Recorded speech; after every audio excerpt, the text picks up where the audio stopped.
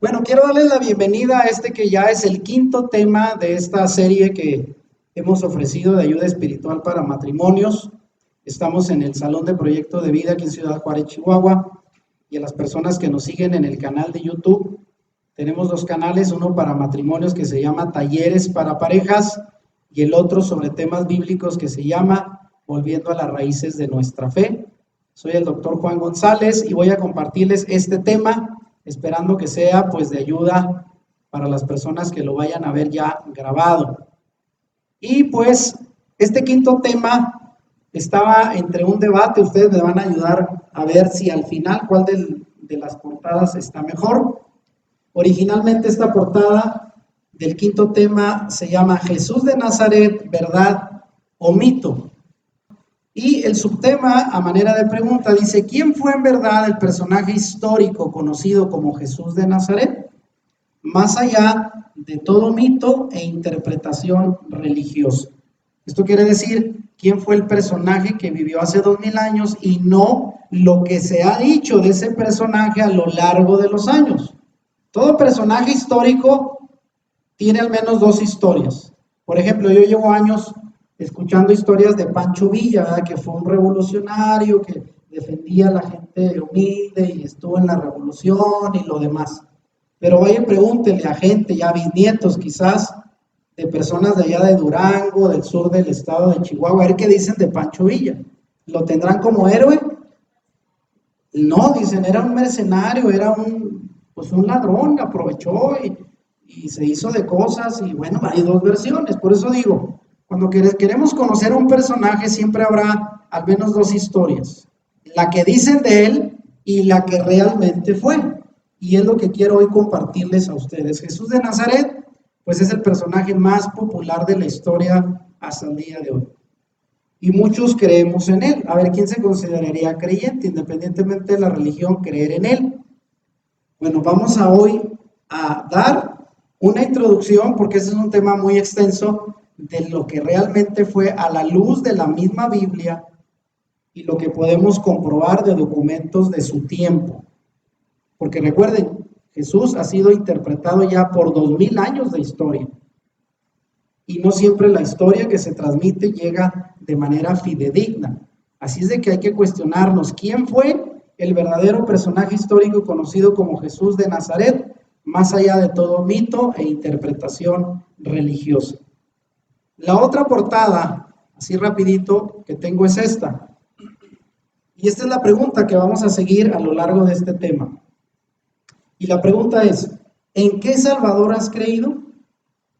¿En el Jesús griego de la tradición religiosa o en el Mesías hebreo de la Biblia? Y aunque alguien diga, caray, pues, ¿no son los mismos?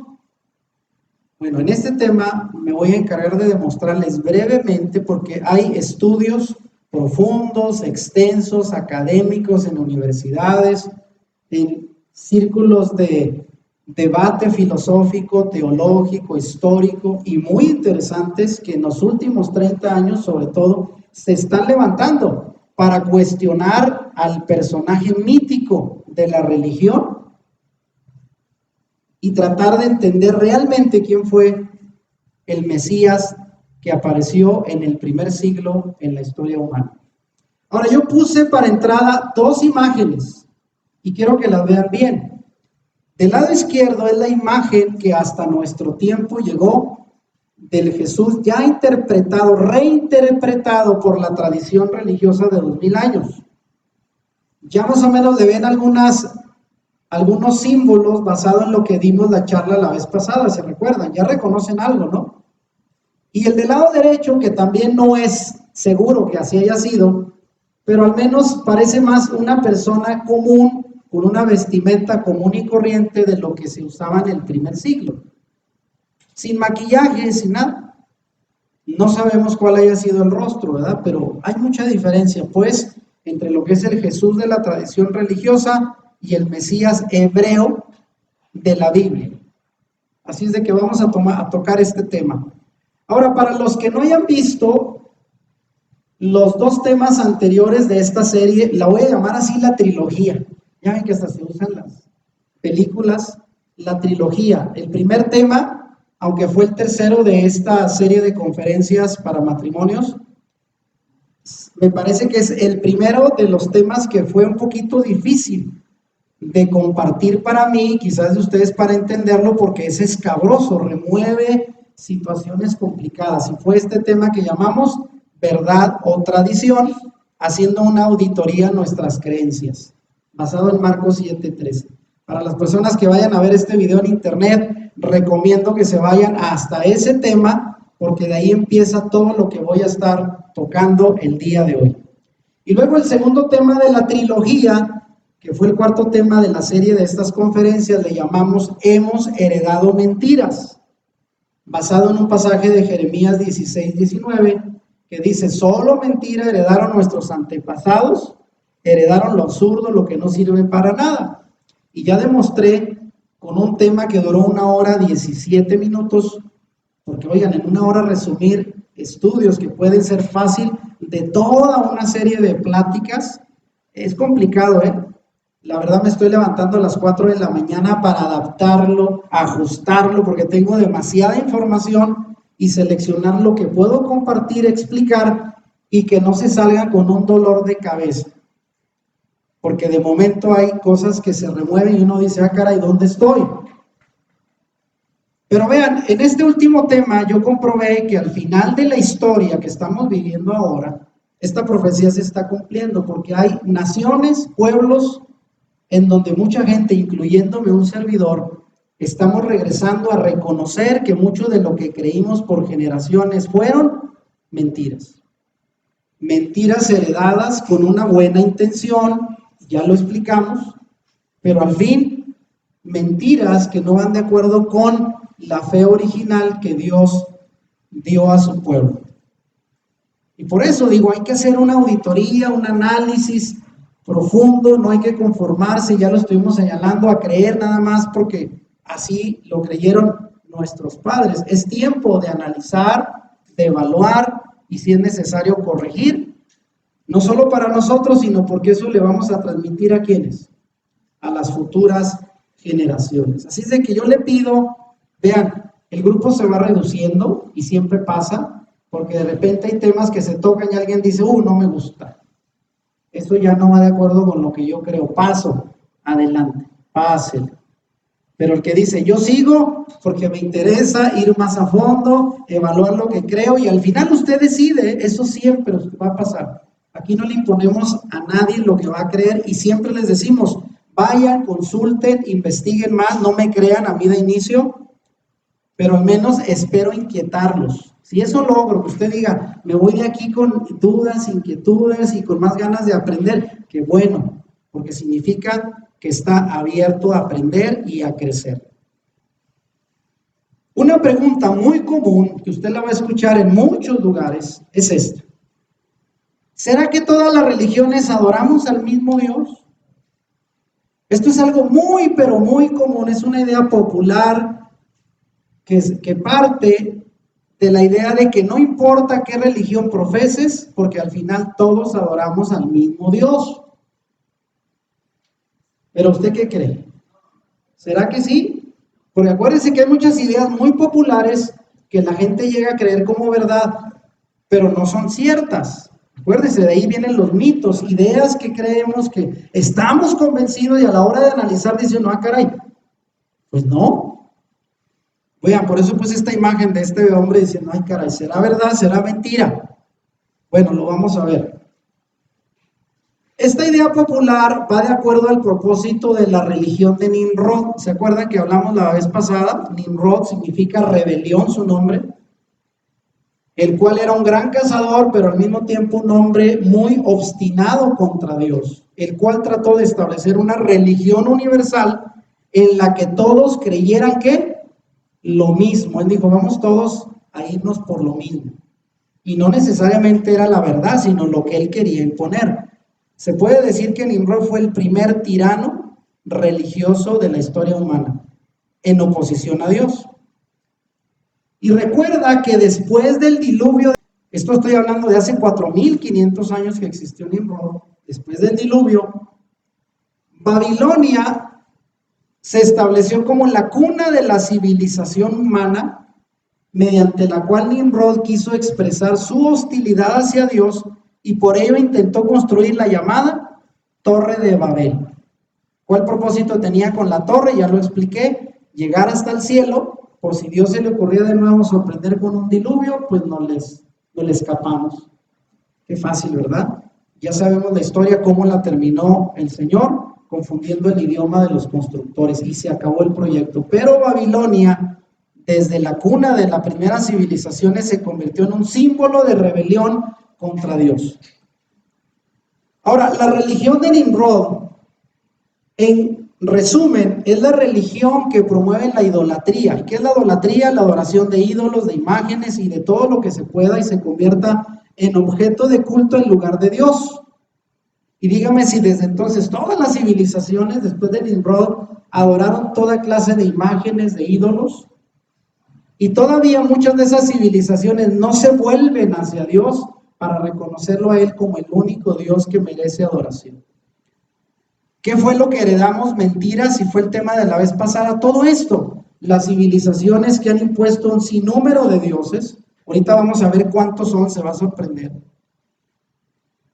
Y al mismo tiempo, Nimrod es el origen de algo que en la Biblia, 278 veces en la Biblia se habla de la palabra Babilonia. ¿Por qué cree que tanto?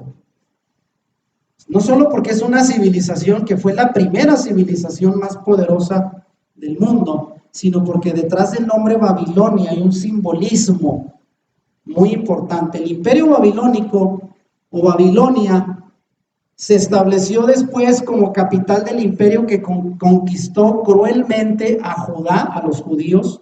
Esto es en el siglo VI antes de Cristo. En el siglo VI antes de Cristo, la civilización más poderosa era Babilonia. ¿Y se acuerda cómo se llamaba el rey de Babilonia?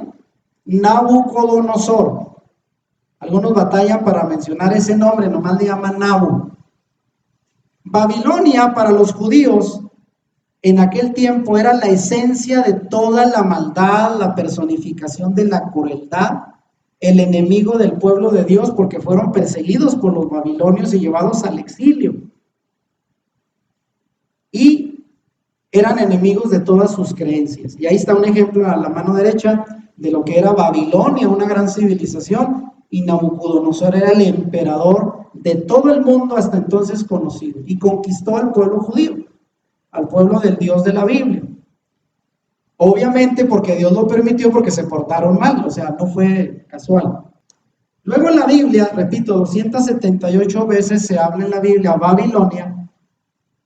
Se dice que el mismo intento que hizo Nimrod de imponer una religión universal fue la misma motivación que tuvo el rey babilonio Nabucodonosor cuando mandó a todo su reino a adorar su imagen y bajo la pena de muerte para quienes no lo hicieran. Un día, estando por ahí, de hecho se habló de esto ayer aquí en la iglesia, estando por ahí, él dijo: soy el más poderoso del mundo y todo esto que tengo es para mi gloria. Y ándele, cuando estaba hablando de eso, Dios lo volvió loco.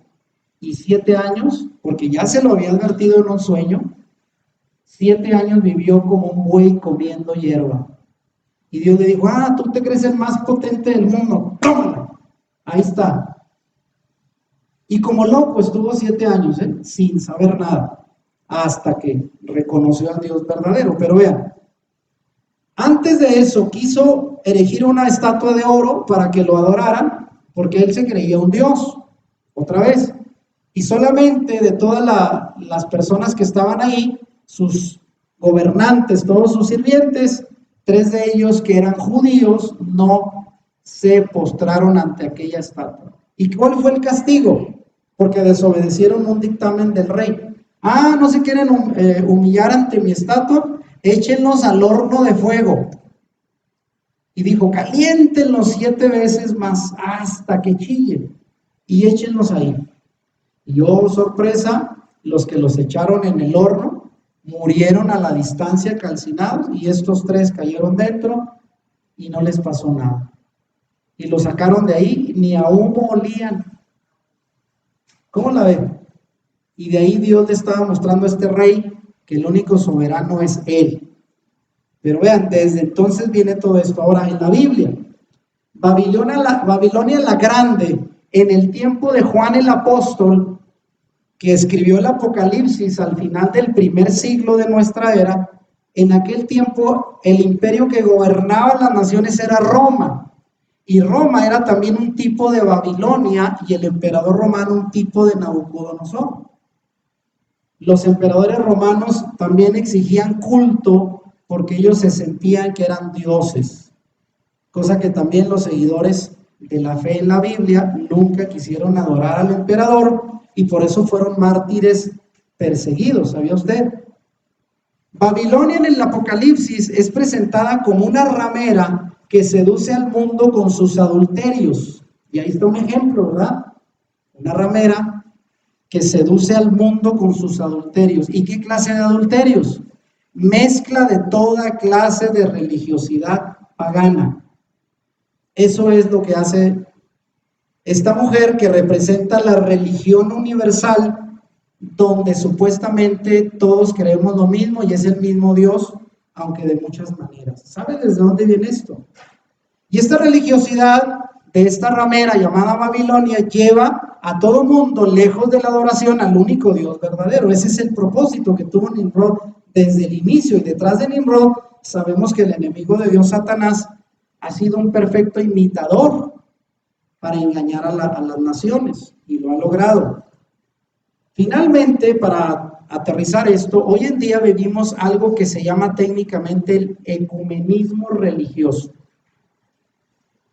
En Apocalipsis 17, yo estoy predicando acerca de Apocalipsis, por cierto. Vean lo que dice, solo 2 versículos de Apocalipsis 17. Un ángel le dijo a Juan, el que escribía el libro de Apocalipsis, el apóstol Juan, le dijo, ven acá y te mostraré la sentencia contra la gran ramera, la que está sentada sobre muchas aguas. Muchas aguas significan naciones, multitudes, con la cual han fornicado los reyes de la tierra y los moradores de la tierra se han embriagado con el vino de su fornicación. ¿Cómo los embriaga? Dándoles vino. ¿Y qué es el vino? Toda clase de mezclas de religiosidad.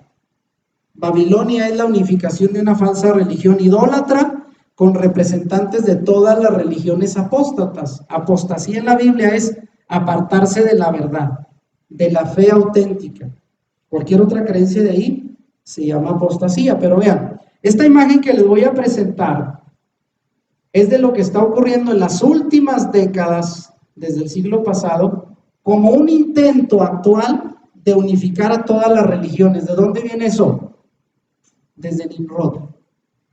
Y no lo digo yo, no se vaya a enojar conmigo, pero mire, estas imágenes, desde Juan Pablo VI hasta el actual Papa, han hecho intentos de hacer ecumenismo. Tengo ahí en mi canal una charla que se llama La señal del tiempo final del ecumenismo y la unificación religiosa. ¿Qué significa ecumenismo? La palabra ecuménico viene del griego oikoménicos y se refiere a los habitantes de toda la tierra dirigidos por un mismo Dios o por una misma religión. Hoy en día el intento, es decir, como todos creemos en un solo Dios, como le llames, y no importando las prácticas que tengas, pues todos vamos a juntarnos. ¿Y para qué queremos tanta religión con una? ¿De dónde viene esto? De Nimrod, el intento de unificar todos para creer lo mismo. Y esto está pasando hoy en nuestro tiempo.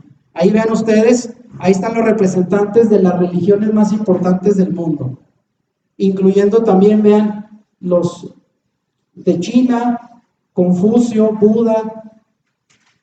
¿Reconoce algunos personajes? Obviamente están allá el Papa, del lado izquierdo están los líderes del cristianismo ortodoxo, de todas las religiones, queriendo unificarse en una sola. Ahora voy a volver a algo que ya vimos la vez pasada, pero aquí es importante repasarlo. Vivimos en una época donde hay un sincretismo religioso. ¿Qué es el sincretismo? El sincretismo es un término empleado en antropología cultural y en estudios de religión comparada para referirse a la hibridación o mezcla de dos o más tradiciones culturales, pero también se utiliza para resaltar su carácter de fusión y asimilación de elementos de diferentes creencias o religiones. Y se recuerdan la vez pasada, decíamos de dónde viene esto de María y Jesús.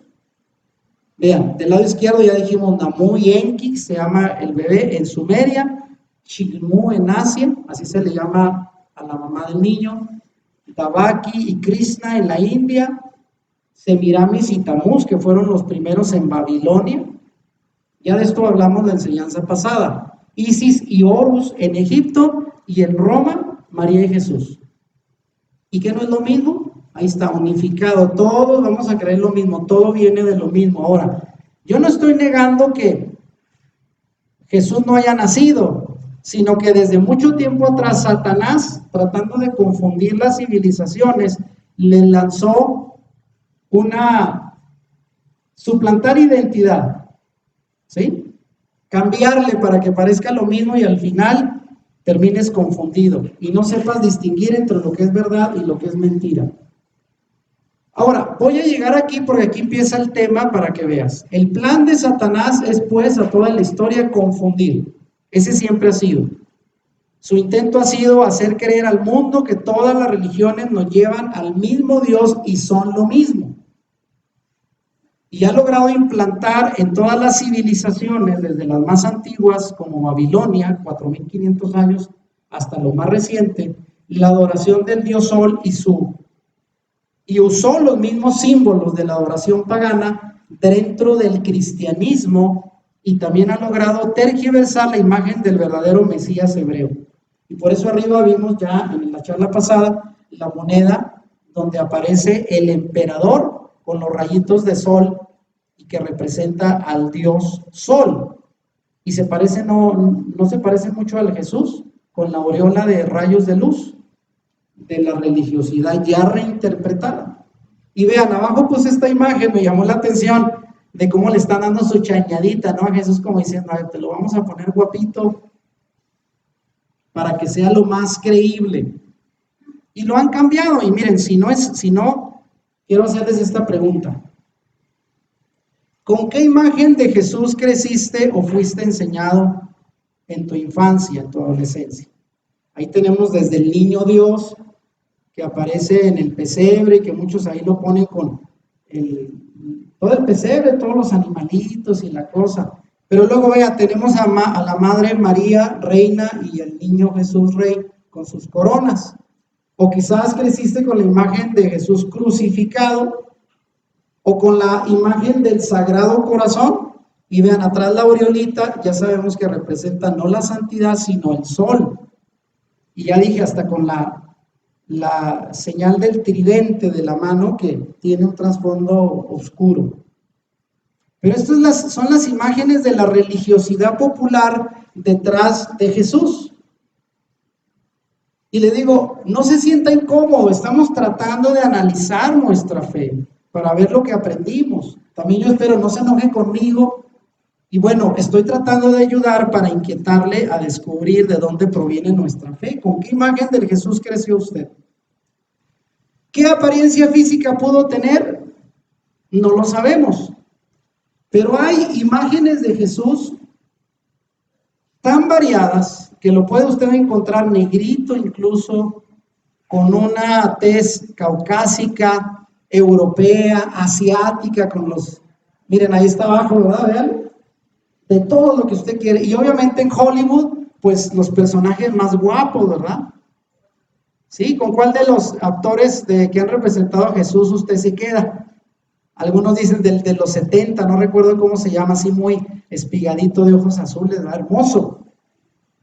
Pero le voy a decir algo, lo más seguro es que así no eran los judíos del primer siglo. Eran más de nariz tosca, más fellitos. Pero al final no nos importa cómo haya sido. Al fin de cuentas, Isaías hablando en Isaías 53, dice que fue despreciado y desechado, un varón de dolores, y dice, vimos su rostro y como que no no era muy apetecible. No sabemos, gracias a Dios que no hay evidencia bíblica que nos dé una idea de cómo fue, porque imagínense, la gente ¿qué haría? Pues trataría de hacerlo, porque a la gente le gusta adorar algo que pueda ver, algo que no sea tangible, pues no. Por eso cada quien le pone el rostro que quiera. Pero todo esto es reinterpretación de un hecho histórico que nadie sabe. Nadie puede decir cómo fue.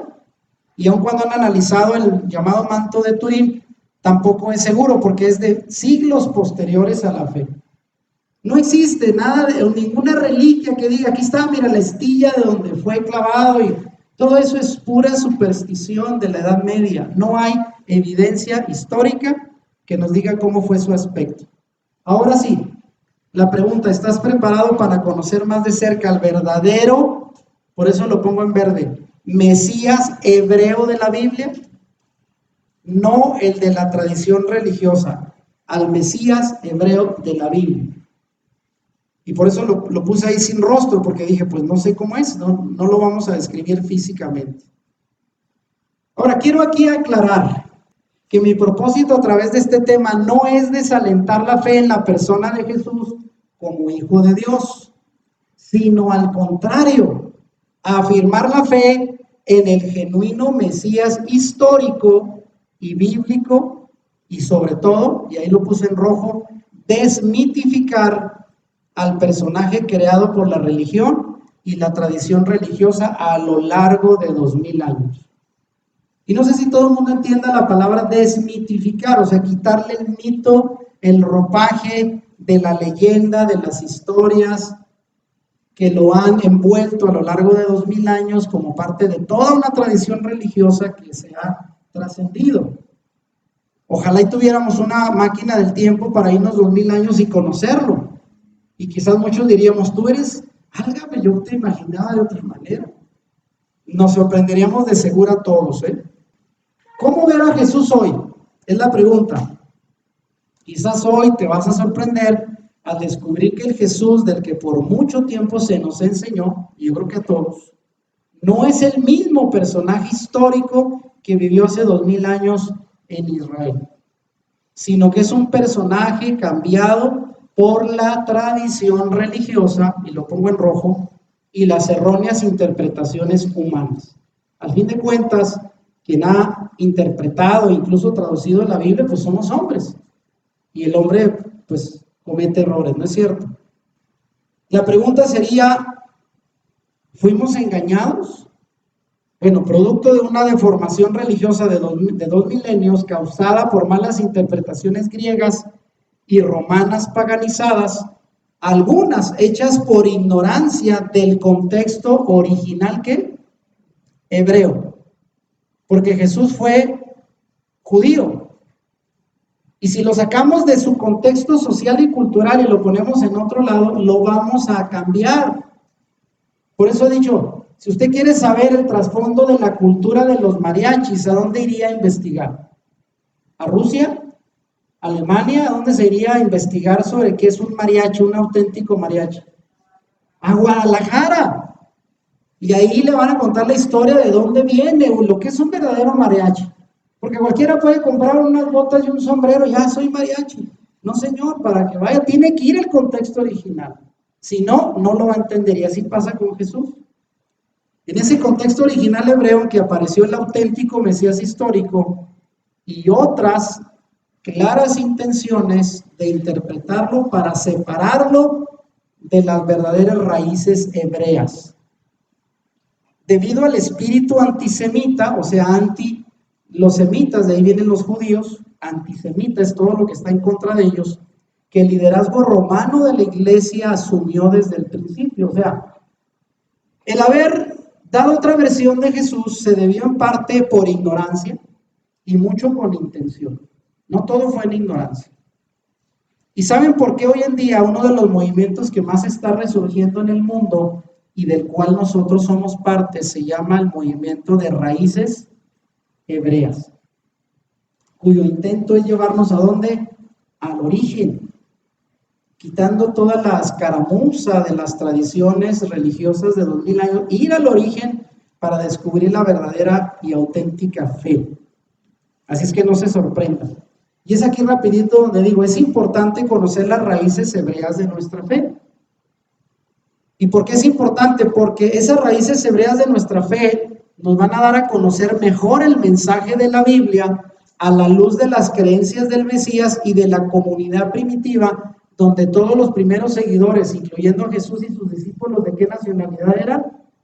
Judíos.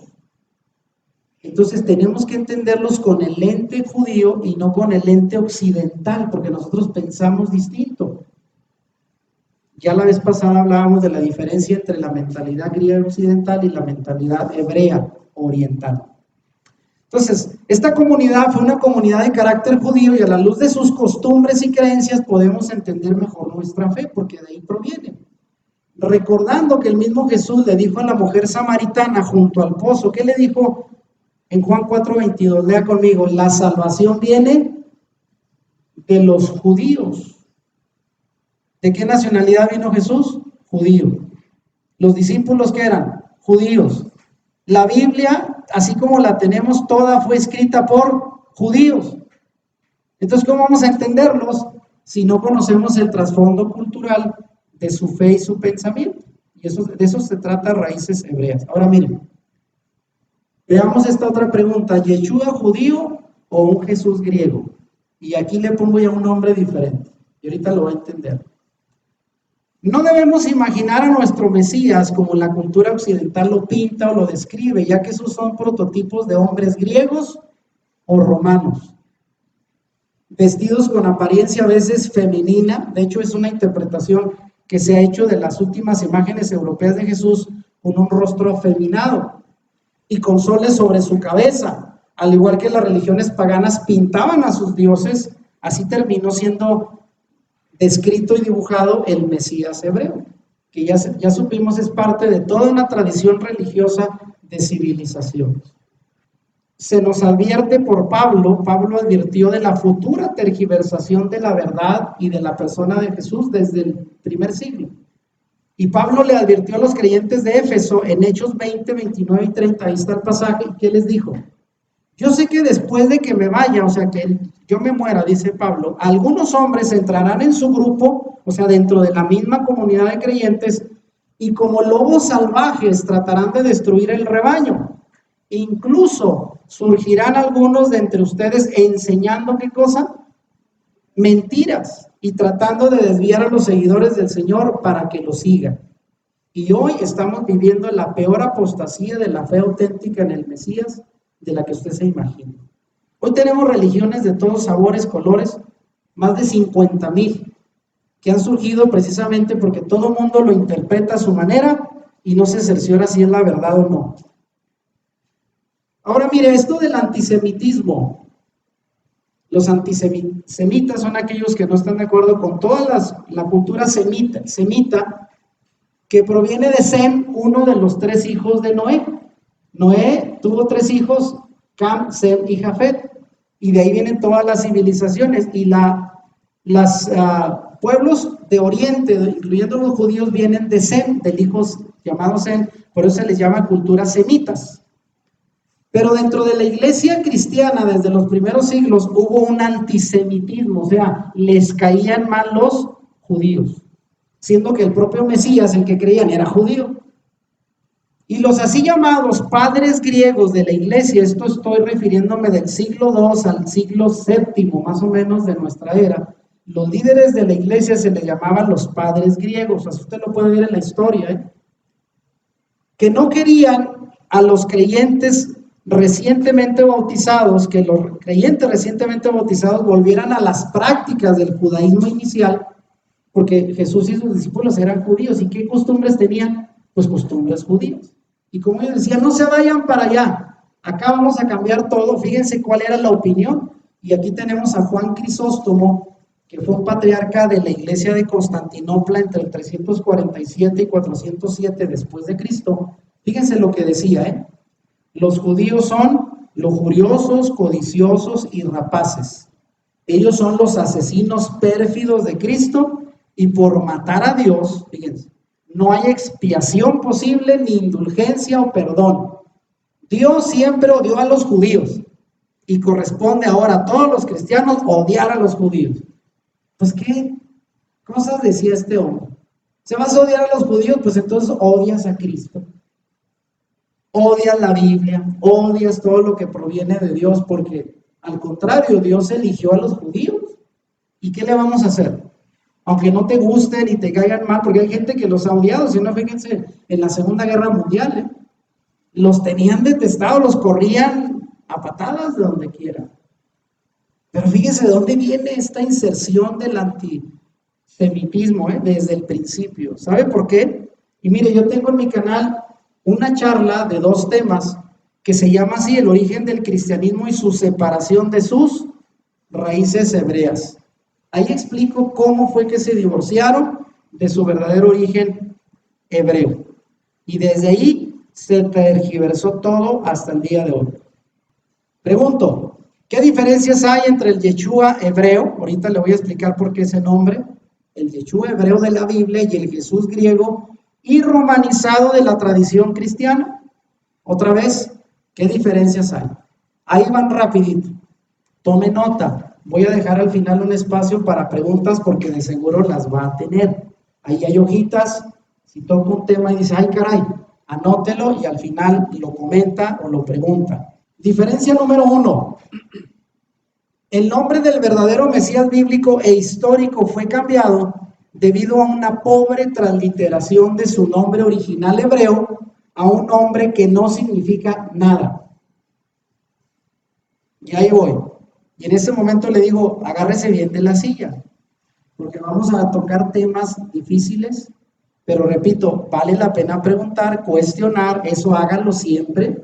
No me crea a mí, investíguelo por su cuenta para que vea que no soy el único. Hay mucho de esta información en internet, en círculos académicos, teológicos, filosóficos. El Jesús de la tradición cristiana que hemos creído es un Jesús griego, que no se parece al verdadero Mesías que era judío, que por cierto no se llamaba Jesús, sino su verdadero nombre hebreo era Yeshua. Así es como le llamaba su mamá, Yeshua. Es un nombre hebreo. Y aunque alguien dirá, pues es lo mismo, pero yo ni sé hablar hebreo, ¿para qué? Bueno, está bien, lo entiendo. Pero ¿qué significa Yeshua? Salvación o Salvador. Y vea, ahí está la Biblia, Mateo 1:21, originalmente en el texto no traducido en español, óiganlo. El ángel dijo, ella dará a luz un hijo y lo llamarás Yeshua. ¿Qué significa Yeshua? Salvación. Y en el texto hebreo dice, porque Yoshía. Y la palabra Yoshía significa él salvará. ¿Ve cómo se parecen las palabras? Yeshua, porque él Yoshía, porque él salvará a su pueblo de sus pecados. Y eso solamente se puede traducir en el idioma hebreo. En cualquier otro idioma no va a encontrar estas palabras. Pregunto, ¿el nombre de Dios que Dios le mandó poner al Mesías por medio del ángel Gabriel fue Jesús? De ninguna manera, pues el pacto con Israel no fue escrito en español, sino en hebreo, que era el idioma que ellos hablaban. Y fue el idioma en que está escrito el Antiguo Testamento. Ahora, ¿qué quiere decir Jesús? En español no explica ni el sentido del nombre ni su relación con la razón que se da para darle tal nombre, solo en hebreo. ¿Y cuál era el nombre? ¿Por qué se le dio ese nombre? Para salvar al pueblo de su pecado. Salvador significa Yeshua. Y solo en hebreo lo va a encontrar. Ahora, aquí se lo voy a poner más claro si lo quiere así con más detalle. Yeshua viene de esa forma hebrea, ahí la tiene, así se escribe en hebreo, que por cierto el hebreo se escribe de derecha a izquierda. Y es la forma corta del nombre Yehoshua, que ahí aparece también entre paréntesis, y que significa Jehová salva, Dios salva. Ese es el nombre corto de Yehoshua, que se traduce en español como Josué. Por ejemplo, en Estados Unidos, ¿cómo les dicen a los Josués, por cierto? Joshua. Y se parece mucho a Yeshua. Fíjense, en inglés es más parecido. De ahí viene este nombre. Ahora, el nombre Yeshua significa salvación el nombre de Jesús no significa nada, o sea, no trasciende nada del significado original. Y solo llegó como parte de un largo proceso de transliteración del nombre original hebreo, proceso que termina en el siglo XVII, hasta el siglo XVII, cuando se inventa la letra J. Porque antes del siglo XVII en español no existía la J, solo la I latina. Porque el español viene del latín, a su vez viene del griego. Y mire, ahí estaba así clarito.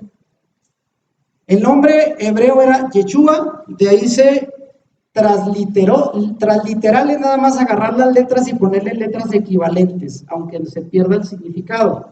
Y de ahí pasó al nombre de Jesús en griego, luego al latín Jesús, y finalmente al español en el siglo XVII, cuando se inventó la J para convertirse en Jesús.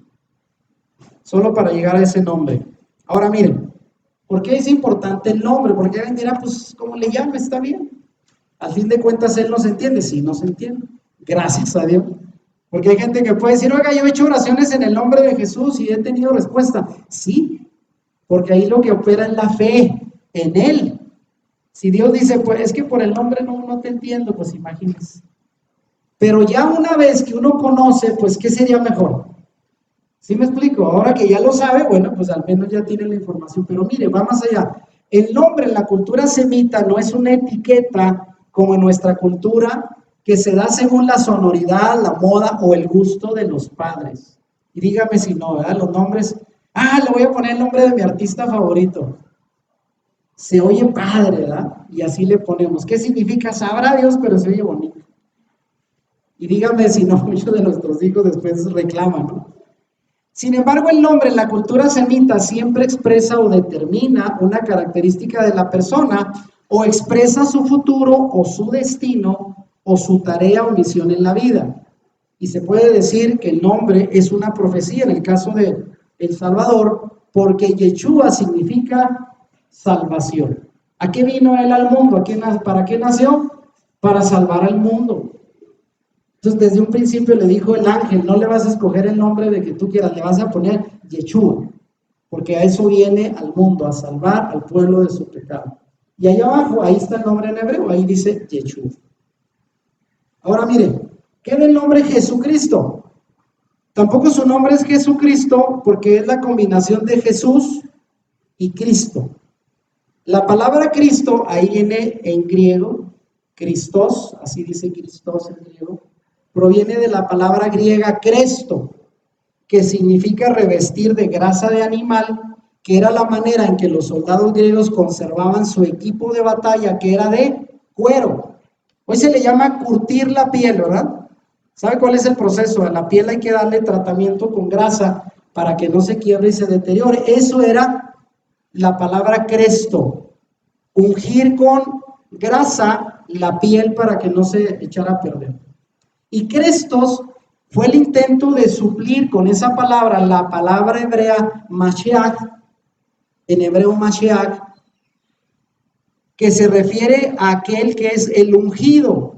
El ungido, Mashiach, en hebreo es el ungido. ¿Y a qué se refiere?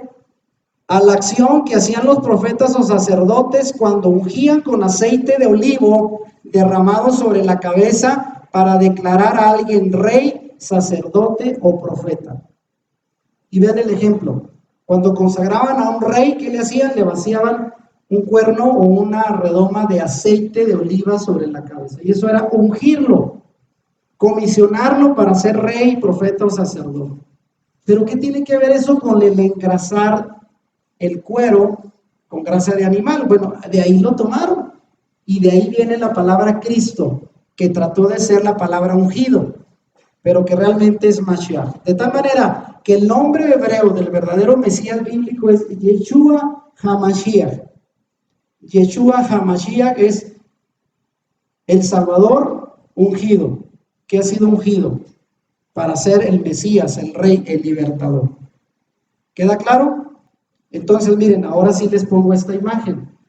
Díganme si ya lo están entendiendo. Del lado izquierdo tenemos a Yeshua, algunos también le llaman Yahshua, a esas dos variantes usted las va a encontrar, pero que fue un judío Un yaudí, como se les llama un judío, vean, así sería la apariencia de un judío del lado izquierdo, con su manto de oración, el talit se le llama, y con todo un atuendo de judío del primer siglo. ¿Qué se parece al del lado derecho, que es un Jesús romanizado, griego romanizado?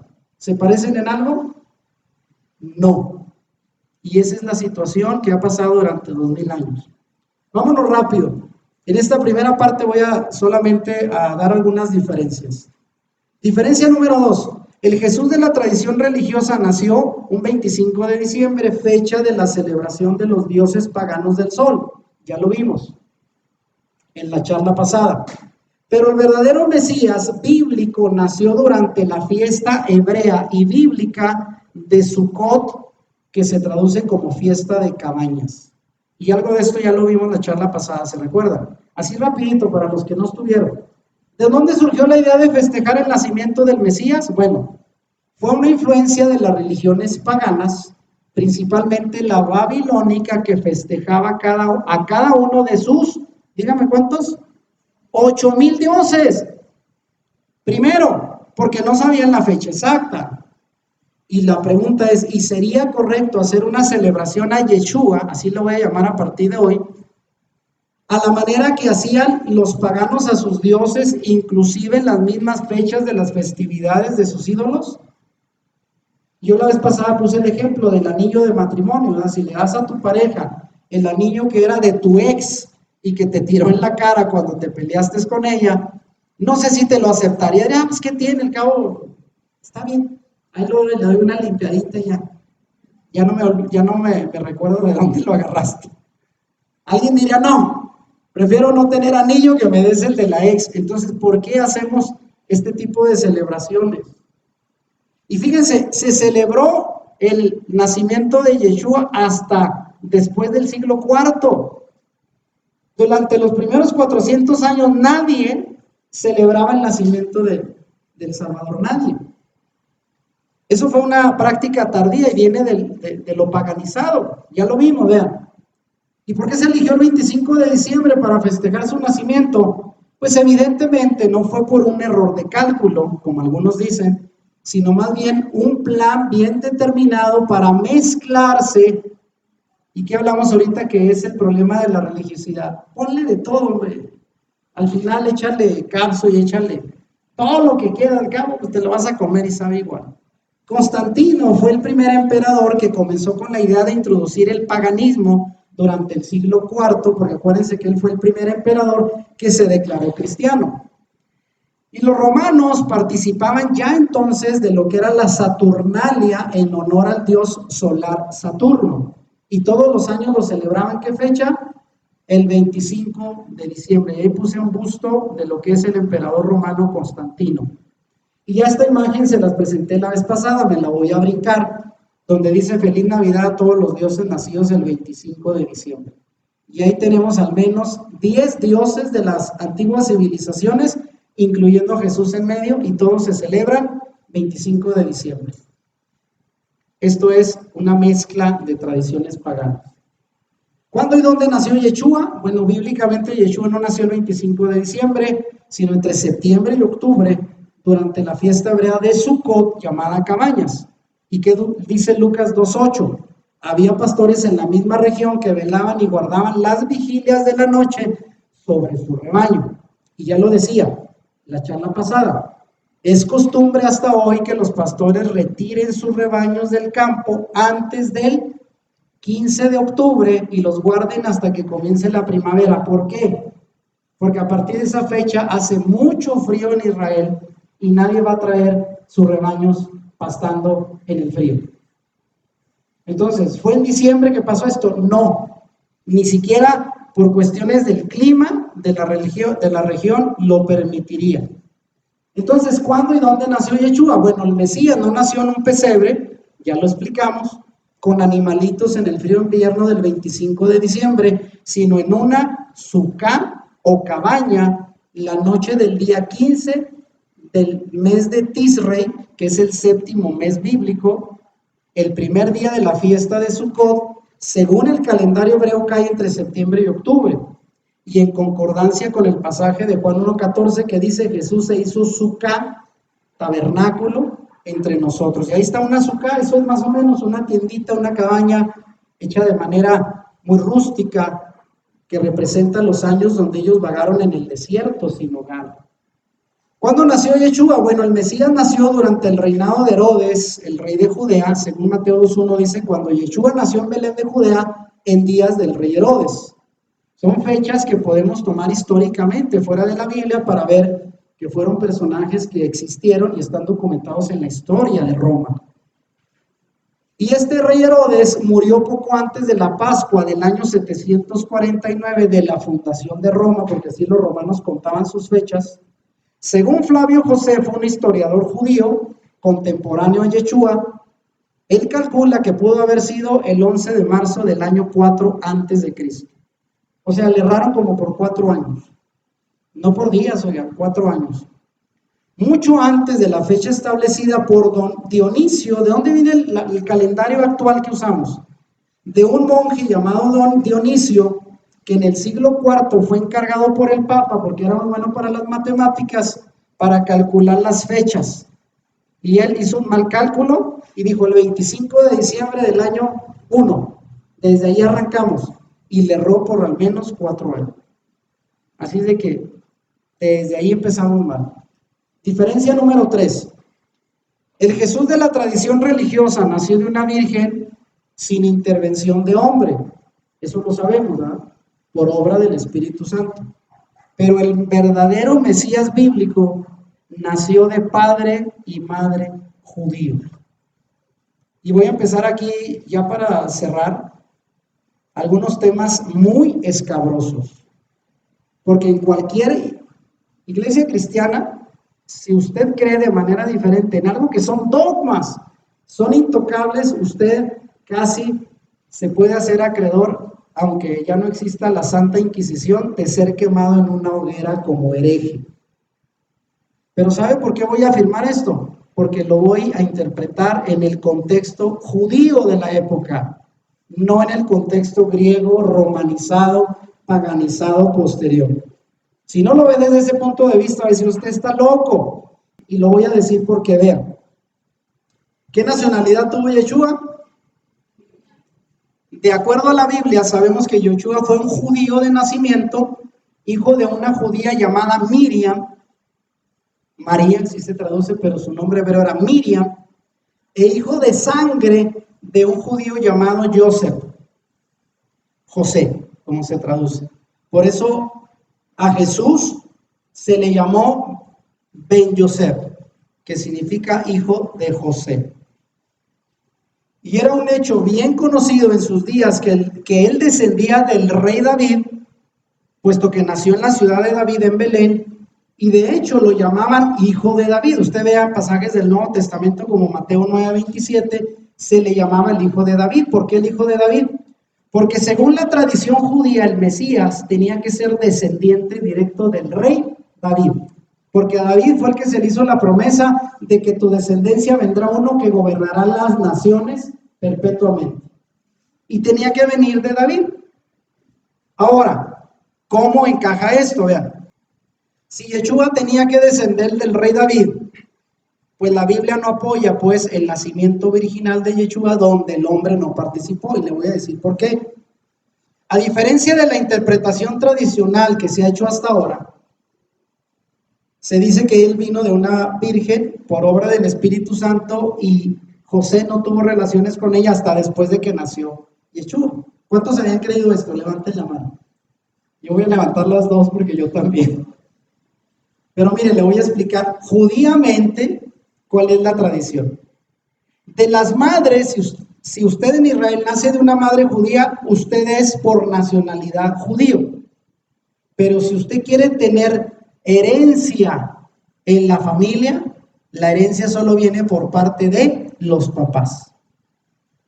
Y fíjese, se lo demuestro fácil. Jacob tuvo 12 hijos, de ahí vienen las 12 tribus de Israel.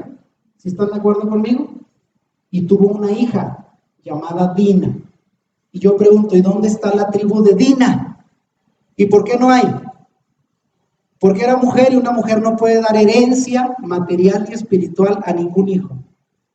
Si tú vienes nacido de una mujer judía y de un padre griego, eres judío por nacionalidad, pero no tienes herencia. Eres un griego judío. Entonces, para tener herencia tienes que venir de un padre judío. Y para ser heredero del trono de David debía tener un padre descendiente de David, y este era José. ¿Cómo lo ha justificado la cristiandad? En Mateo y en Lucas hay dos genealogías. ¿Sabe lo que es una genealogía? Todo el árbol genealógico de donde desciende alguien. Y alguien dice que en Mateo y Lucas son distintas porque una es la genealogía de María y la otra la genealogía de José, y ambos son descendientes del rey David. Pero no hay forma de poder demostrar que solo vendría de María. Si no hubiera venido de Jesús, de José, no sería un hijo legítimo de David y por lo tanto descalificado como Mesías hebreo. Bajo el concepto hebreo, no vienes de padre descendiente de David, descalificado. Para el concepto griego no, porque esas costumbres no existen.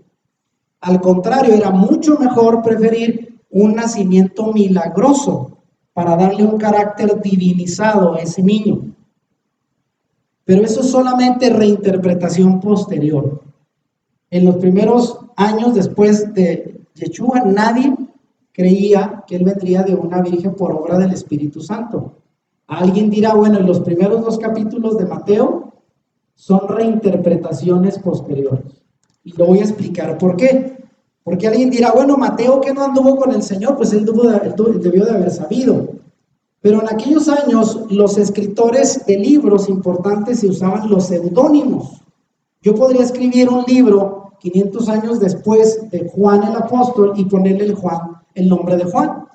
Era válido, no era, hoy en día eso es un plagio, ¿verdad? Si yo escribo una poesía y le pongo Amado Nervo, pues es un plagio, pero en aquellos años no.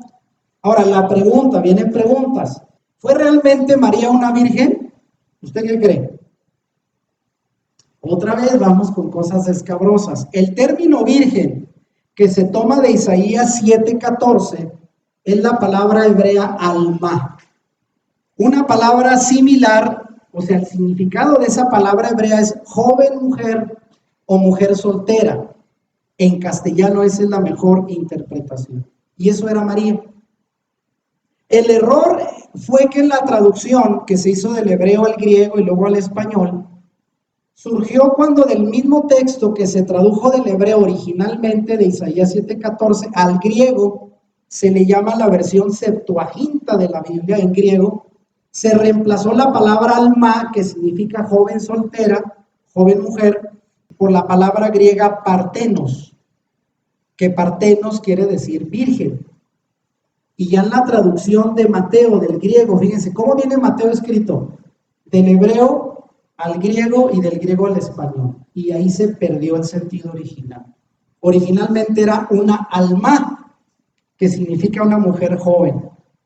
Y en la traducción a partenos le dieron el significado de virgen. La palabra para decir virgen en hebreo es la palabra betulá. Y no se puede encontrar en el texto original de Isaías.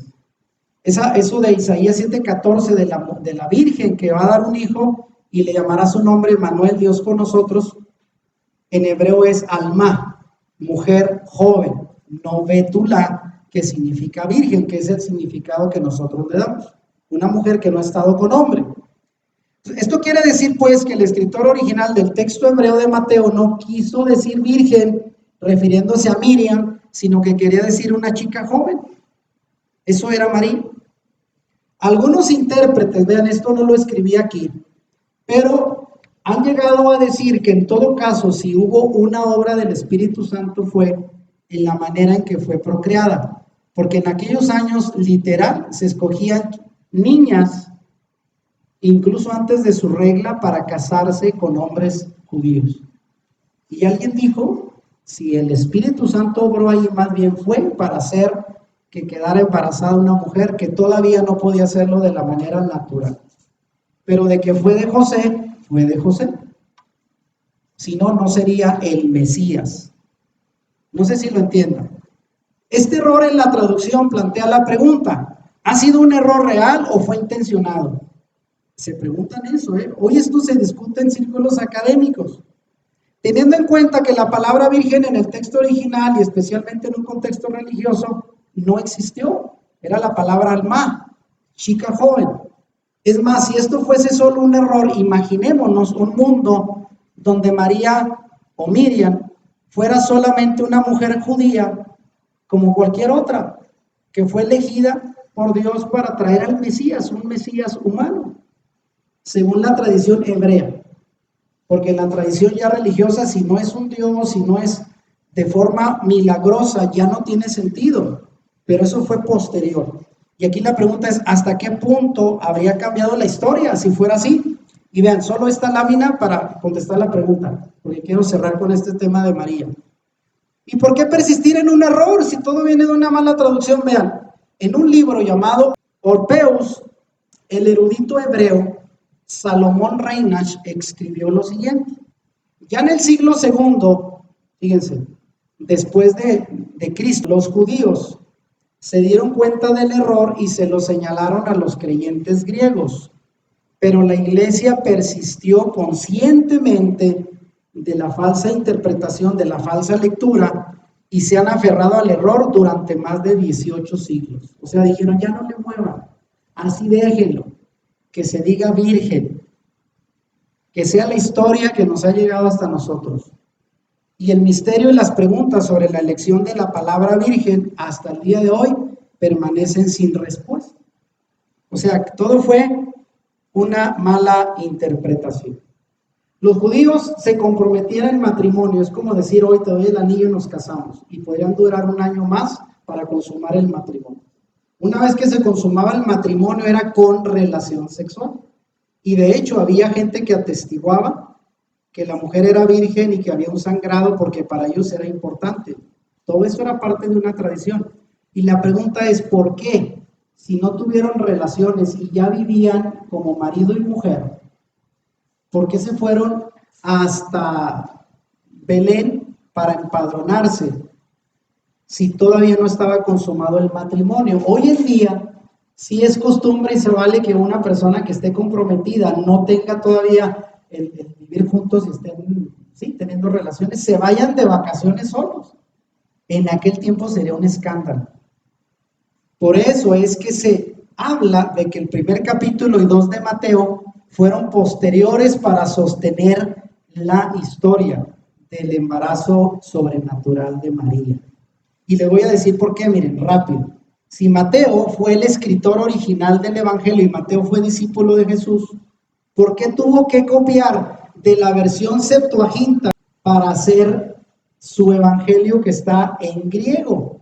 Por lo cual, parte de las teorías más sustentadas es que Mateo es un libro muy posterior, que fue hecho ya de la interpretación del griego, con esa historia de los primeros 2 capítulos que no coinciden. ¿Sí me explico? Hay mucho debate, pero simple y sencillamente diré esto. Si nos vamos con la versión de que Jesús nació sin un padre hebreo, no es el Mesías de Israel. Se acabó. No es Mesías. Si no viene descendiente directo de un descendiente de David, queda descalificado. ¿Por qué creen que hoy en día los judíos se resisten a aceptar a un Jesús que nació de esa manera? Dicen, este no es mi Mesías. Si no viene de un padre proveniente del rey David, no es el Mesías. Dígame lo que me digan. Y tienen razón, porque es la tradición del Mesías hebrea. O sea, en mi lógica puede ser más aceptable y repito, más milagroso que haya nacido así, para mi mentalidad. Pero para un hebreo dice, muy padre tu milagro, pero no, este no es mi Mesías. No lo es. Punto. ¿Sí lo entienden? Por eso es que tenemos que reevaluar las historias, porque entonces dice uno, no checa, o sea, sí, efectivamente, ahí dice, después de que ya, aún así, vean, para los que creen en la virginidad perpetua de María, aún con la tradición griega, no coincide, porque sí, dice el texto más adelante, que ya después que tuvo a Yeshua, entonces ya conoció a su mujer, o sea, ya tuvo relaciones. Pero bueno, eso también no coincide del todo. No sé si respondo a la pregunta. Ahora, rápidamente, tuvo Yeshua hermanos, aunque no es tanto del tema, pero rápido lo veo. Aunque la tradición católica afirma que María siguió siendo virgen, no hay evidencia de que los hermanos de Yeshua mencionados en la Biblia fueron primos, como ellos dicen, o medios hermanos o hermanos en la fe, como algunos lo han malinterpretado, sino que eran sus hermanos de sangre. ¿Y qué dice Marcos 6:3 y Mateo 13:55 en cualquier Biblia? Dice, ¿no es este el carpintero, hijo de María, Miriam, hermano de Jacobo, de José, de Judas y de Simón? Al menos tenían 4 hermanos varones. ¿No están también aquí con nosotros sus hermanas? De esas no aparece en el nombre, pero tuvo hermanas. Ahora, de esta misma pregunta, desde la cultura hebrea, era una honra para toda mujer casada tener muchos hijos. Y para el hombre una bienaventuranza. Usted ve el Salmo 127 y dice que era una bendición llenar de flechas la aljaba, o sea, hijos, simbólicamente. Por eso la mayoría de las familias estaban compuestas por más de 5 hijos. Muchos son engañados por no leer la Biblia en el contexto de la época original y se le hizo creer que la madre de Yeshua no tuvo más hijos, que siguió siendo siempre virgen. Pero no hay razones para dudar que Miriam haya tenido más hijos. Entonces, esto llega hasta ahí. Vean, diferencia número 4. Estas últimas diferencias con las que voy a cerrar el tema de hoy tienen que ver con otro tema muy, pero muy, diría yo, escandaloso. Y se refiere a si Jesús fue Dios o un hombre. Y ahí va. Si hasta aquí se les había movido esto, va a ser todavía más fuerte. Pero repito, lléveselo para meditar, analizar, lo vamos a discutir. Yo llevo mucho estudiando esto, solo le estoy haciendo un extracto para inquietarlo. Diferencia 4. Jesús se hizo presente en el mundo antes de nacer en Israel y es considerado un ser preexistente desde antes de la creación. Eso dice el cristianismo actual del personaje de Jesús. Pero el Yeshua hebreo fue anunciado por los profetas, pero inició su vida y su ministerio hasta que nació en Israel. O sea, en otras palabras, antes de nacer, él no existía en realidad. No era preexistente. ¿Sí entiende la diferencia? A ver. Y ya estaba emparejada con otras 2. ¿Por qué las pongo seguidos? Porque tienen que ver. Miren, diferencia 5. Jesús fue el Dios encarnado dentro de la tradición cristiana hasta hoy. Yeshua fue un rabino judío, un hombre obediente a la Torá, que es la ley de los judíos, los primeros 5 libros que tenemos en la Biblia, y fue adoptado y elegido por su obediencia por el Padre para ser su hijo. Pero era un hombre. Y para ser el instrumento por medio de quien podemos tener redención para el mundo. ¿Sí nota la diferencia? Ahorita lo voy a explicar. Otra más que tiene que ver con esta misma. Diferencia 6. Yeshua fue exaltado como Hijo de Dios a causa de su sacrificio obediente y después de la resurrección. Mientras que Jesús es considerado igual al Padre, en todo caso es una dualidad, ellos dos son lo mismo, son Dios, o también a otros lo ven como parte de la Trinidad coexistente con el Padre y con el Espíritu Santo. Esa es la diferencia que hay en el cristianismo actual. O lo ven como dos Dios en 2 partes, dualidad, o como 3, Trinidad. Esas son las variantes más comunes. Pero en el judaísmo la interpretación de Yeshua es que él fue Hijo de Dios a causa de su sacrificio y después de su resurrección, pero no un Dios igual que el Padre. Y vamos a comprobarlo rápido. Esto es un tema teológico que lleva debatido toda la historia del cristianismo hasta ahora. Yo me tuve, como dicen que los jóvenes, que chutar libros así de teología de los primeros 2 o 3 siglos del cristianismo, donde el tema más debatido fue la cristología. ¿Quién era Cristo? Pero ya una vez que entró la filosofía griega, echaron a perder todo, porque dentro del judaísmo esto no tenía nada de complicado. ¿Sí entiende otra vez? Cuando metes la mentalidad griega, que todo tiene que encajar con lógica, se arruinó todo. Antes, para un judío del primer siglo, entender quién era Yeshua no había problema, sino vinieron después con la llegada de los gentiles griegos.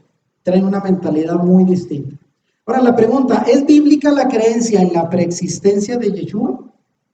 La tradición religiosa afirma que Jesús existió desde antes de su encarnación en la tierra y que también es parte de la Trinidad y existió como Dios desde la eternidad. Para ello se citan pasajes bíblicos para afirmar que Jesucristo existió en alguna forma en el cielo antes de aparecer aquí en la tierra. Si Él era Dios, pues siempre existió. ¿Sí me explico? Es la lógica, ¿no? Alguien dice, Él vino a aparecer humanamente hasta que nació en Belén, pero Él ya existía, pues, puesto que era Dios. Pero vamos a ver si esto es cierto y concuerda con la Biblia. Vean, para ello se citan pasajes en su mayoría del Evangelio de Juan para confirmar la supuesta preexistencia de Jesús antes de nacer en Belén. Y vean, pasajes como estos, rápido los leemos. Porque he descendido del cielo no para hacer mi voluntad, sino la voluntad del que me envió. Eso dice Juan 6:38. Dice, ¿de dónde descendió? Del cielo, ya existía antes. Juan 6:62. Pues que, si vienen al Hijo del Hombre subir a donde estaba primero, o sea, va al cielo de donde vino. ¿Sí lo entienden? Y el otro, Juan 8:56, muy conocido, de cierto os digo, antes que Abraham fuese, yo soy. Y quisieron apedrearlo, porque dijeron, oye, Abraham hace 2000 años que existió, y tú dices que lo viste antes. No, estás loco, ¿eh? Si no tienes más que 30 años, ¿y de dónde dices eso? Pero hay que ver cómo lo dijo, porque algunos dicen, mire, ahí está, él existió antes de Abraham, es preexistente. Y el otro pasaje, Juan 17:5, donde dice, ahora pues, Padre, glorifícame tú al lado tuyo con aquella gloria que tuve contigo antes que el mundo fuese. Dice, mira, ahí está diciéndole, tú y yo venimos desde el inicio. Entonces es preexistente. Y quiero decir que muchos afirmábamos esto, pero mire, ¿cuál es la explicación? Se argumenta que estas afirmaciones son claras y debemos aceptar la enseñanza bíblica de que Jesús vivió anteriormente en el cielo como un ser preexistente. Es cierto que los pasajes son claros, pero eso no significa necesariamente que debemos tomarlos en sentido literal. Ahí está el asunto. Hay otros pasajes bíblicos que son tan claros como estos y sin embargo no los tomamos en sentido literal. Ejemplo, otro pasaje de Juan 2:19-21. ¿Qué dice? Respondió Jesús y les dijo, destruir este templo y en 3 días lo levantaré. Dijeron luego los judíos, en 46 años fue edificado este templo, el templo físico construido por Herodes, y tú en 3 días lo levantarás. Pero ¿cómo se interpreta el pasaje? Mas él hablaba del templo de su cuerpo, no del edificio. ¿Me entiende? Entonces, hay pasajes que son simbólicos, no literales, y ahí es donde nos equivocamos. Y vean otra vez, Yeshua fue exaltado, pero a causa de su obediencia. Y vean, aquí es donde voy a explicar rápidamente. En lo que se refiere a la gloria que tuve contigo antes que el mundo fuese, Juan 17:5, es obvio que Yeshua no pudo haber gozado de esa gloria, aunque realmente existiera en aquel entonces, puesto que las escrituras enfatizan que solo se hizo merecedor de esa gloria al completar en la cruz su victoria sobre el pecado. Y eso lo dice el escritor de Hebreos, en Hebreos 2:9 dice lo siguiente, pero vamos a aquel que fue hecho un poco menor que los ángeles, a Yeshua, coronado de gloria y de honra, a causa del padecimiento de la muerte, para que por la gracia de Dios gustase la muerte por todos. O sea, este pasaje dice que debido a su padecimiento en la muerte, fue coronado de gloria y honra. En pocas palabras, lo que a Yeshua lo exaltó fue su sacrificio de obediencia. Y ahí es lo que dice Pablo, que él se humilló a sí mismo, Filipenses 2:8-9, y murió en una muerte de cruz para luego ser exaltado hasta lo sumo. Entonces, la exaltación, ¿cuándo se dio? ¿Antes de nacer? No, hasta después de que cumplió su acto de sacrificio en obediencia. Hasta entonces recibió esa gloria que Dios le había ofrecido, pero fue debido a su obediencia, no antes. La Biblia afirma que Yeshua era un hombre, y ahorita les voy a llegar a conclusión de esa pregunta que va a ser casi. La Biblia afirma en distintos pasajes que Yeshua fue un hombre, y aquí les dejé solo esos, hay más. Isaías 53, Juan 1:30, Juan 8:40, Hechos 2:22, 17:31, Romanos 5:15, 1 Corintios 15:21 y 1 Corintios 15:47. Hay más donde dicen que él era un hombre así. Los hombres y mujeres comenzamos nuestra existencia ¿cuándo? Cuando nacemos o cuando somos concebidos, ¿verdad? En todo caso, más técnico. Lucas nos dice que el niño Yeshua crecía en sabiduría y en estatura y en gracia para con Dios y los hombres. Eso dice Lucas 2:52. Y la pregunta es, ¿cómo puede haber crecido en sabiduría si antes de nacer ya era un ser celestial como Dios dotado de toda sabiduría? O sea, si él era Dios, pues ya lo sabía todo, se supone, ¿no? Porque iba a crecer en sabiduría. ¿Se dan cuenta? Como dice uno, caray, algo pasa ahí. Ahí van las explicaciones. ¿Qué significa que Yeshua vino de Dios? O que descendió del cielo, como le quieran llamar. Existía entre los judíos la idea de que un buen maestro venía de Dios, pero no en el sentido de haber vivido en el cielo con Dios antes de nacer, no es literal. Por ejemplo, en Juan 3:2, Nicodemo le dice a Yeshua, Rabí, que quiere decir maestro, sabemos que has venido de Dios como maestro, porque nadie puede hacer estas señales que tú haces si no está Dios con él. Sin embargo, no hay evidencia de que Nicodemo creyera que había existido literalmente en los cielos antes de nacer. ¿Sí lo comprenden? Venir de Dios era una forma de decir, Dios está contigo, Dios te usa. No significa antes de nacer vivías con Dios. Son lenguajes simbólicos que nosotros nos tomamos de manera literal. Somos predestinados por Dios igual que Yeshua. La Biblia dice que Dios escogió a los creyentes antes que nacieran, hablando como si ya existieran. Véanlo, también aplica a nosotros. En Efesios 1:4, Pablo dice que Dios nos escogió en él, o sea, en el Mesías, antes de la fundación del mundo. Y la pregunta es, si Yeshua existía desde entonces, ¿también existían las demás personas que íbamos a creer en él? ¿Usted y yo ya existíamos antes de la fundación del mundo? Ahí no cabe, dice, no, pues yo soy del 68 para acá. Antes no existía. Ahora, entonces, ¿qué se refiere? Pablo está hablando aquí de la predestinación.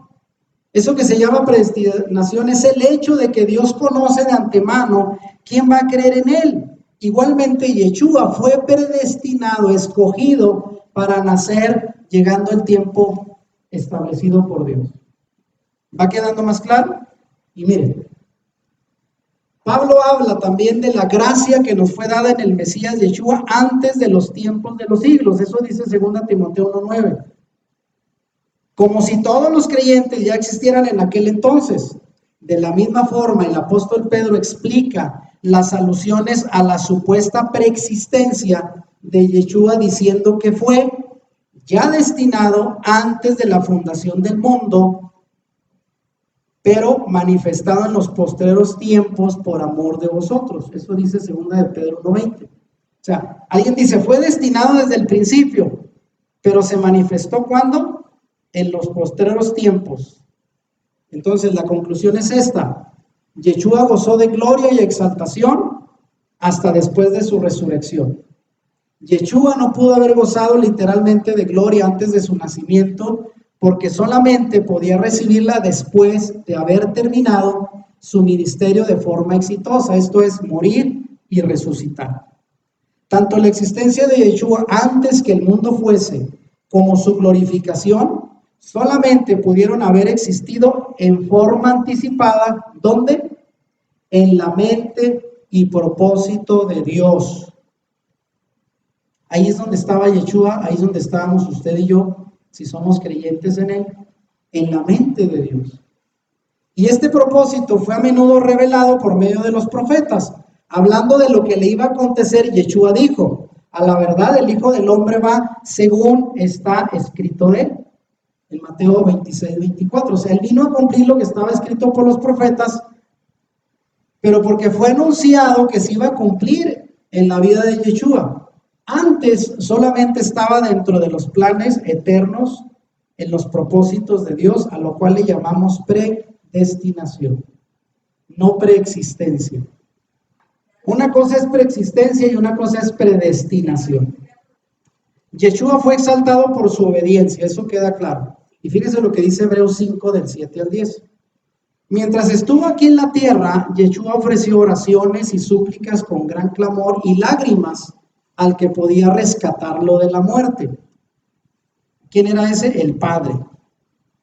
Y Dios oyó sus oraciones por la gran reverencia que le tenía. Y aquí hago una cosa puntual que ya no le añadí en otra lámina, pero otra de las preguntas es, cuando Yeshua oraba, ¿a quién le oraba? Nosotros decimos al Padre, porque ahí está diciendo, Dios oyó sus oraciones por la gran reverencia que le tenía. Pero posterior a Yeshua se hace una teoría de que tenía dos naturalezas, la humana y la divina, y cuando él oraba, él solito se oraba a sí mismo. La parte humana le oraba a la parte divina. Eso es lo que se ha dicho, usted sabe de eso. ¿Sí lo ha escuchado o no? Entonces, ¿cómo se puede orar a sí mismo? O sea, que dice que el que le estaba oyendo y lo iba a rescatar de la muerte por su clamor y lágrimas era el Dios, el Padre. ¿Sí lo entienden? Aunque era hijo de Dios, vean, aquí dice que era Yeshua, hijo de Dios. Nunca dice era Dios mismo. Yeshua aprendió obediencia por las cosas que sufrió. De ese modo, Dios lo hizo apto para ser el sumo sacerdote perfecto y llegó a ser la fuente de salvación eterna para todos los que le obedecen. Y Dios lo designó sumo sacerdote según el orden de Melquisedec. Porque Yeshua fue, y su rol es sacerdote y rey. Sacerdote y rey. Como sumo sacerdote fue el que ofreció el sacrificio y él mismo fue el sacrificio para redimirnos del pecado nosotros. Y a eso que no era de la tribu de Leví, los sacerdotes tenían que venir de la tribu de Leví. Él era de Judá, de la cual venían los reyes, pero él era sacerdote como lo fue Melquisedec. Y usted lo ve en Génesis, Melquisedec era un sacerdote rey, las dos cosas, y así fue Yeshua. Y tengo esta última pregunta con la cual vamos a cerrar hasta aquí. Vean, la última. Diferencia 7. Yeshua potencialmente podía pecar y por eso fue tentado como un hombre que era. Mientras que en la cristiandad se dice Jesús no podía pecar porque es divino. Y eso tiene un pro y un contra. Mire, ¿de dónde viene la idea? De que hoy en día la ley no la podemos guardar. Porque la gente dice, el único que la ha cumplido perfectamente, ¿quién es? Yeshua, Jesús. Ah, pero Él es Dios, ese es el problema. Si Él es Dios, pues Él la pudo cumplir. Como yo no soy Dios, ni nadie de nosotros lo puede cumplir. ¿Y si sabe por dónde va eso? Pero ¿qué tal si Yeshua no fuera Dios y fue un hombre? Entonces tiene mayor mérito y significa que nosotros también la podemos cumplir. Ahí está el problema. Y ahí lo demuestro, vean, con esto vamos ya a terminar. Si Yeshua fue tentado, ¿cómo pudo ser Dios? Para empezar, ahí va la primera objeción. Y una más que diría, si fue Dios, ¿cómo pudo morir? ¿Dios se puede morir? ¿Verdad que no? De ahí empezó uno a decir, caray, no lo había pensado. Y ahí viene, miren, si Yeshua fue tentado, ¿cómo pudo ser Dios? La Biblia afirma que Dios no puede ser tentado. Santiago 1:13 dice, cuando alguno es tentado, no diga que es tentado de parte de Dios, y lo pongo en naranja, porque Dios no puede ser tentado por el mal, ni Él tienta a nadie.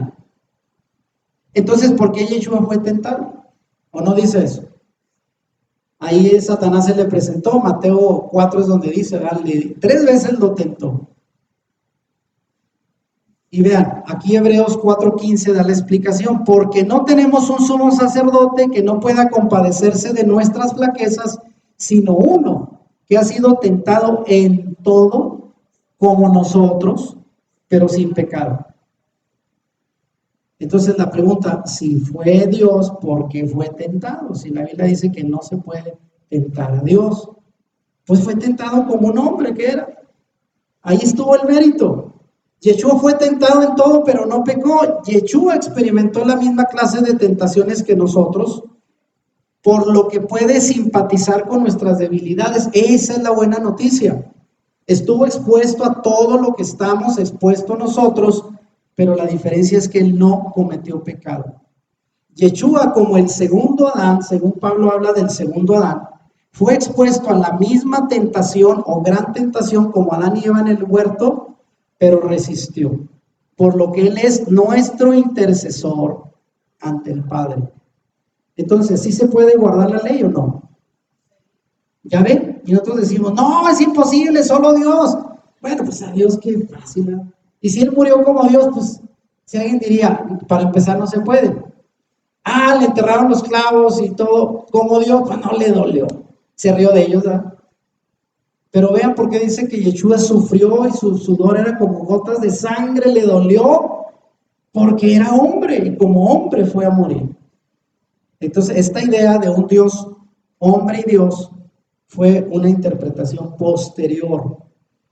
El Mesías que los judíos esperaban, vean, los judíos no esperaban a un Mesías divino, sino a un hombre que fuera elegido por Dios, al igual que lo fue Moisés, para salvarlos. Y fíjense lo que dice la profecía, muy importante, esta profecía muchos no la consideran. Deuteronomio 18, 18 y 19, ¿qué dice? Profeta les levantaré de en medio de sus hermanos como tú, y pondré mis palabras en su boca, y él les hablará todo lo que yo le mandare, mas a cualquiera que no oyere mis palabras que él hablare en mi nombre, yo le pediré cuentas. ¿Y a quién se estaba refiriendo de ese profeta que sería levantado igual que Moisés? Yeshua. Y dice, tienen que oírlo porque él hablará en mi nombre, en mi representación. Si él habla es como si yo hablo, pero no somos el mismo. Y vean, y aquí llegamos a la pregunta con la que vamos a cerrar. Fíjense, con esta terminamos. ¿Es Yeshua el Hijo de Dios o Dios mismo? ¿Qué respondería? En los círculos de debate teológico se cuestiona hoy si Yeshua fue en realidad Dios, el Todopoderoso, el mismo Padre, o solo el Hijo de Dios obediente. Aunque atreverse a negar su deidad puede ser visto como una herejía, y debo decir que si alguien lo presenta así, se hace acreedor a lo peor, es más, a la hoguera es poco, porque eso es algo que en los dogmas de la fe no se puede negar. Sin embargo, si somos fieles a la manera en que el pueblo de Israel interpretaba la misión de su Mesías, porque al final era de ellos, no era de los griegos, no era de los romanos, era de ellos, solo ellos saben cómo lo debían de interpretar, porque son los que conocen la escritura. Es como querer ir a enseñar otra vez al mariachi cómo tocar el instrumento, o la trompeta, o cómo ponerse el sombrero, y pues si es el mariachi, él sabe, ¿cómo le vas a enseñar tú? A un judío le vas a enseñar cómo debe ser su Mesías y de ahí viene la profecía mesiánica. Entonces podemos comprobar que ser hijo de Dios era ser, según la mentalidad judía, un representante legal de Dios. A lo igual que fue Moisés, un Dios para Faraón. ¿Qué dice Éxodo 7:1? Fíjense, ¿qué le dijo el Señor a Moisés? El Señor dijo a Moisés, mira, yo te he constituido por Dios del Faraón, y tu hermano Aarón será tu profeta. En otras palabras, cuando tú estés delante del Faraón, es como si yo estuviera, porque tú eres mi representante legal. Y eso lo entendemos hoy en el derecho, ¿verdad? Si usted lleva una carta con una representación legal, usted puede ir a cobrar o hacer cualquier trámite a nombre de otra persona que no es usted misma, porque tiene el título de representante legal. Eso es lo más parecido en la cultura hebrea de lo que era el Hijo de Dios, el representante mismo de Dios en la tierra, pero no era lo mismo que la persona que representaba. ¿Queda claro? Hasta aquí le vamos a dejar. Esta pregunta creo que quizás ya la podemos responder, porque es consecuencia de esto último que se rediferencia 8. Y esa usted me la contesta sin dar muchos pasajes. Yeshua oraba al Eterno, al Padre y único Dios, mientras que Jesús, se dice, su parte humana le oraba a su parte divina que estaba en él mismo.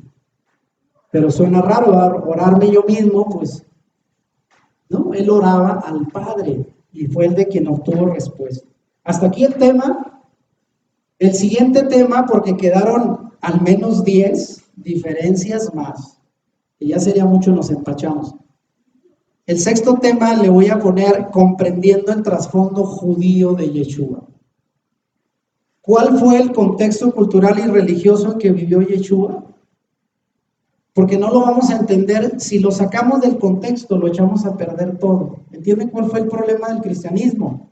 Quererlo interpretar con una mentalidad griega, romana, y sacarlo de su contexto para ponerlo debajo de una lupa. Desde ahí se acabó todo. Tenemos que entender la judeidad de Yeshua. Él era judío. Y sus costumbres y creencias eran judías, basadas en la Torá, en la Biblia hebrea. Y así tenemos que entenderlo, si no, lo distorsionamos completamente.